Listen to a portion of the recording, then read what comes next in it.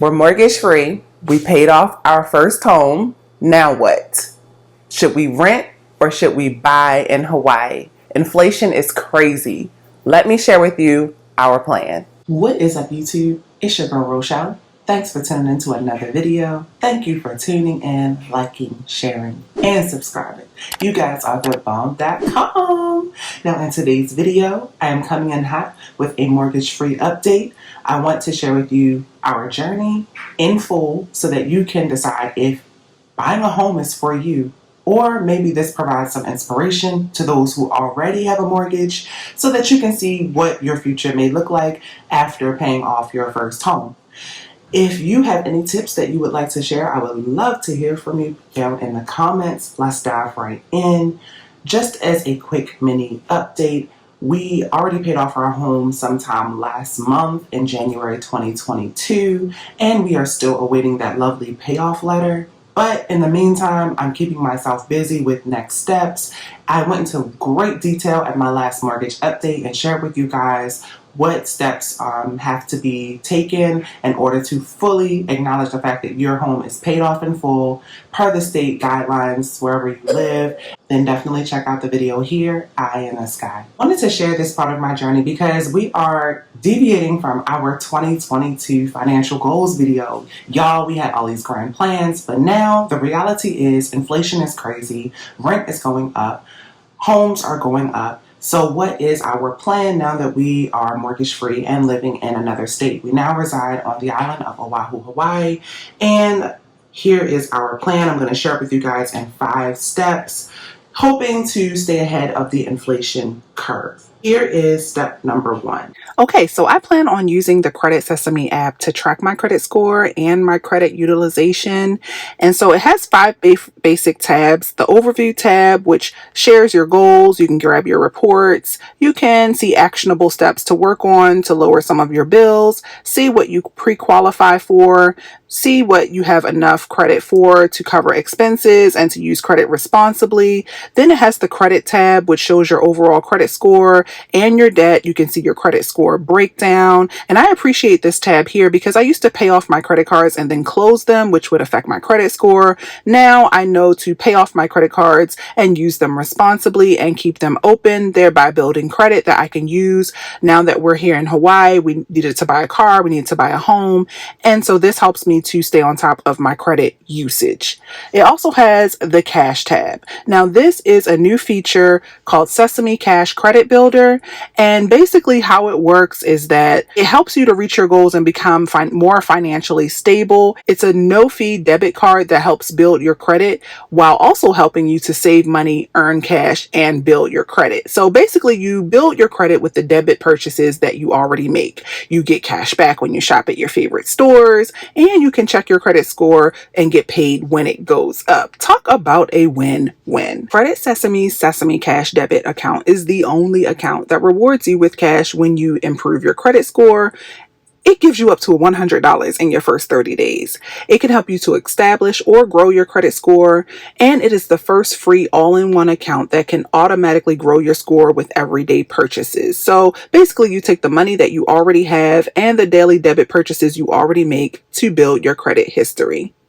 Average members are improving their credit score by an average of 34 points, y'all. Remember, it gives you the credit building benefits of a credit card with a debit card. Best part, there's no credit check and no fees or interest. Okay, so you can see my credit score breakdown. Credit usage is a C because I am using my credit right now. I am working hard to put as much toward debt as I can every month. So hopefully that number gets below 30%. Then payment history is an A because I pay my bills on time. My credit age dropped from an A to a B because we just paid off our oldest standing line of credit, you might say, which is our home loan. And so that's to be expected. Account mix is a C because we don't have different types of accounts. We pretty much just have credit cards and a car loan. We don't have student loan debt or medical debt or a mortgage loan at this time. Then I have an A in the credit inquiries part because we have not applied for any new lines of credit. And in the tips section, you can see it goes into more detail about those same categories we just discussed and shares how these things can impact your credit and your credit score and your grade, and it gives you different credit cards that might work for you in your scenario. It talks more about what exactly credit age is. It congratulates you when you're doing well, and it also gives you additional articles that you can read and tips that you can read so you can stay on track with your credit. Sign up for a free Credit Sesame account and start growing your credit score with Sesame Cash today. Link in bio. Okay, so that is step 1. Use the Credit Sesame app to track our credit score and track our credit utilization and watch it go down, which should thereby improve our credit score also and put us in excellent bargaining position in case we do decide to purchase a home again and hopefully get a better interest rate. Number 2 is to grow our savings. We're going to attack that in 3 different ways. First, we are going to quickly grow our emergency fund to 3 months, and in order to do that means we need to grow it to at least $6,000. And so that is the phase that we are in right now. We are currently almost at 1 month's worth of an emergency fund to cover our expenses in case anything goes crazy, we lose our jobs, we get hurt, any of that type of thing. And that has just become more and more important to us as we get older and realize that things happen and we have a kid. So it is what it is. We want to be able to take care of what we need to. Then also we want to grow our Hawaii sinking fund, which is the sinking fund that we will use to either put a down payment on our next home or use as a security deposit on our next rental to at least $15,000. In reality, we need to grow this thing to at least $25,000, but we are limited on time. More on that in one of the other steps. Then next, we need to grow our other sinking funds, which are our travel sinking fund, our sinking fund to cover expenses in the home, and just maybe like 2 other sinking funds. I'm not going crazy. I'm not trying to fill all of those, but just a few, less than 5. I want to cover those and grow those so that they can cover the increased costs that come along with inflation right now. So say, for example, Eva is growing at all times and we have to basically switch out her entire wardrobe once every 6 months roundabout. So when I go and buy her stuff, I notice it costs more money. So I want to start to save to cover for those anticipated increases. That way I stay ahead of the curve, at least in that area. It gives you that sense of accomplishment. It works because I don't want to have to pull from our regular budget that we want to use for other things. Step number 3 is to change course, meaning we will be putting less to debt and more to savings while asking ourselves every time money comes in, what do we want our money to do for us? Say, for example, my husband gets paid on payday and we have an extra $500 to work with. We are going to put most of that money to savings. We are still going to put a small amount of that money to debt because that's just in our blood. It's in our nature. We love paying down debt every month and staying ahead on paying our debt down so that we don't accrue any interest. And if we do accrue interest on the debt that we have, we're able to cover it by making additional small payments throughout the month. It just helps us so that we can still see the needle going down on our debt. We do have consumer debt. I went into great detail about that in my debt confession video. Check it out somewhere here, eye in the sky. But we are more concerned about growing our savings because there's nothing like having cash in your bank account at negotiation time. When we secured our last apartment, we were able to do the background tenant search, and they were able to immediately see that we are people who don't spend all of our money. They were able to see that we are someone who keeps 5 figures in our bank account. We are trustworthy tenants, and we were able to negotiate a lower rent price. So I'm hoping that we will be able to use that to our advantage coming up again, because we do have our lease that is ending soon. And even if we decide to stay in the same place where we are now, I still want to be able to negotiate our rent with them, showing that we are a good tenant and they want to keep us. Also, I want to be able to negotiate knowing that we are in it for the long run, the long game. I want to let them know, hey, I'm willing to sign up for an 18-month, a 2-year, or longer lease if the number is right. That helps against inflation. The 4th step we will be taking is that we are going to grow our income. Micah is always, he's in a field where he has options to grow within his company, and that is one of the reasons why we took on this big change in our life. This is a huge lifestyle change for us. We originally lived in the state of Maryland, and we took on a job that required a transfer to Hawaii. It started out as a temporary thing. We accepted a permanent role here. And so now he has an option to move into a larger role. And he is considering that and negotiating that and working through that. And we know that that can only benefit us because of this crazy inflation that is going on. You guys think your prices are crazy? Imagine Hawaii. We're a place that's already high. Everything is always higher than everyone else. And then we are experiencing the same inflation you guys are experiencing on top of that. So it's just crazy. Just to give you two examples, rent, I already know is going to go up by at least $400 in our next lease signing. Gas, it averages about $4.95 a gallon here. That's, that's regular, okay? That's regular gas for us, $4.75 to $4.95 a gallon. Now, that is one of the reasons we invested in a Tesla and, hoping that that will save us in the long run. We can already see the benefits of being inside of our Tesla, not having to worry about those crazy gas prices, but still we see our neighbors and our friends and our community experiencing that hardship, and it is not fun to watch. It's disgusting. The lines at Costco is just buck wild crazy. Sam's Club, because their gas is about $4.35 a gallon, which still is extremely high. But yeah, let me know in the comments, what are your gas prices looking like? What are your food prices looking like? What rising costs have you noticed, and what steps are you taking to kind of stay ahead of the curve? The thing that I wanted to also mention about growing your income and looking at your own scenario, the worst thing that can happen is that your job tells you no. So definitely, oh, that's my dryer going off. Definitely look at your current scenario and look at the value that you bring to your position and ask yourself, does your job see the value in you? And consider, other options, other fields, other things, because I'm not telling you to quit your job. Please, disclaimer. This is just my journey, me sharing my journey and what has worked for us. But definitely revisit your numbers and make sure that you are being paid what you're supposed to be paid. I talked about this in a 2-part video that Micah and I did, where we talked about how we made sacrifices and grew our jobs and our incomes and our fields and our paths and made decisions. And we did that without a college degree. So just because you may not have a college degree, you may not have your master's in something, doesn't mean you aren't a valuable asset to your company. So always look at the numbers, always do a little research, connect with others in your field, just so you guys, someone who can feel comfortable talking about the numbers with, because I'm always blown away every time we, take on a new position and he accepts a new position and we bring our numbers to the table. And I say we because I made the sacrifice to stop being a nurse and move away to Hawaii because my husband, was able to take this role. So this is us, honey. But anyway, we came to the table with his numbers, and we worked through and we came up with a number that we could both walk away and be happy with. So that is the reason why I always say, always look to grow your income, especially in the times that we're living in. The cost of living increases don't always match. I feel like it's a joke compared to the reality that we're living. So yeah, that's step number 4.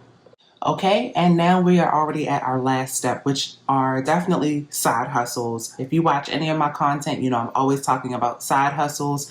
I think that for me, as a stay-at-home homeschooling mom, I still am a hustler. I love to go to work every day, wake up and start my day, for myself, for my daughter, and then I go to work. I work longer hours than I did before, working as a nurse and a manager in an assisted living, a 100-bed assisted living. It's just crazy how, you sign up to become an entrepreneur, but you end up working harder. I think that's a whole nother conversation for a whole nother day. But anyway, when you're looking at a side hustle, you want to make sure that you are always looking to grow your side hustles and add new ones on, and be willing to let the ones that aren't working for you go. So these are the top 5 things that I will be focused on in 2022. Of course, my YouTube channel. I'm so glad that I started my YouTube channel all those years ago, because now that brings in pretty much guaranteed income of at least $500 per month. Some months, there are seasons where that grows to $1,000 and $1,500 per month. But I love, connecting with you guys, sharing my story, because I've seen the effects of it. I've seen how people, comment and they say, hey, listen, I took your advice and I started looking at my own numbers and I found money to save and I found ways to pay off debt quicker.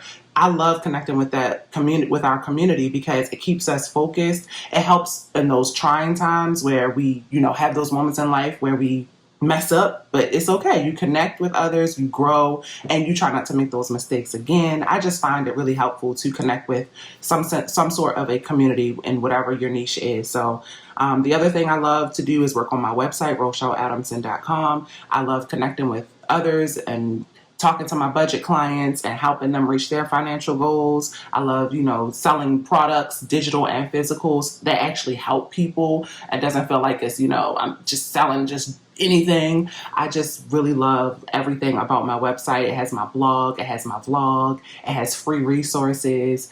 It's everything I've always wanted in a website, in a one-stop shop. I love it. Then I also took on, this is a new, so this speaks to what I was saying about looking for new side hustles. I started doing some bookkeeping, and I love that because it's helping me to learn a new skill set, and it's using a thing that I actually love to do, which is working with numbers. So that's been helping me so that I can bring in extra income each month, at least $500 per month. And then also my brand deals. I love to connect with brands that actually match the field that I'm working in and that I want to focus on. So I'm very careful with the things that I talk about in my videos, the products that I use and recommend, because, this is me, okay? Of course I, get paid for, talking about their brand, but it has to be a brand that I actually believe in and that I actually use, or don't even come to me. I'm sorry. And so, that's why you do see me talk about certain brands. And that is extra income for me. And then of course, real estate, us being able to life hack and pay off our mortgage while also creating a space where we can have a tenant and bring in additional income, definitely is a side hustle that you might want to consider. Okay, so that is the current update. Mortgage free, now what? Are we going to rent or are we going to buy in Hawaii? That is the question. I think what it comes down to is when it is time for us to negotiate our next lease agreement, if we don't like the numbers that we're seeing, and if we have grown our savings and time by the end of this year, we have until about October of this year to grow our money. If we are able to do that, then of course that will give us more options and we will consider buying a home. But just to let you know, buying a home in Hawaii means that you have to be ready to commit to at least a mortgage for our home, we're looking for a 2-bedroom, 1-bath home. That's going to run you about $500,000 to $700,000 for a condo. And I'm talking like that could be like a condo that needs a lot of work, a lot of upgrades. And if you are talking about a turnkey ready condo, then you're crossing the $800,000 mark for a 1 to 2 bedroom, 1-bedroom, 1.5 bath condo. So these are big numbers, and it's not something that I ever would have signed up for before, but I am thinking about buying. I'm putting it on the table as an option because, Hawaii is not our forever home. And if we do decide to buy this home, it needs to be a home that we could later transform into a rental property, an Airbnb, a vacation home, or, a regular rental, like I said, because and add to our real estate portfolio, because, that's a huge expense to take on. So those are the numbers. That's the reality. The going rent rate right now that I am seeing for a turnkey ready 2-bedroom, 1-bath condo or home is at least $2,500 per month. If you want something where you're like, okay, I feel like this is a home that I can, not have to worry about something breaking. It's secure. I have a place, to park my car, because that's not always a guarantee in Hawaii. So those are all the things that are rolling around in my head that I'm thinking about. And I can't wait to see what we decide to do. So let me know in the comments, if you were living in Hawaii, what would you do? Would you rent? Would you buy? I'd love to hear from you guys. Anyway, that's all for today's video. I'll see you guys in the next one. Until then, peace, love, and budgets.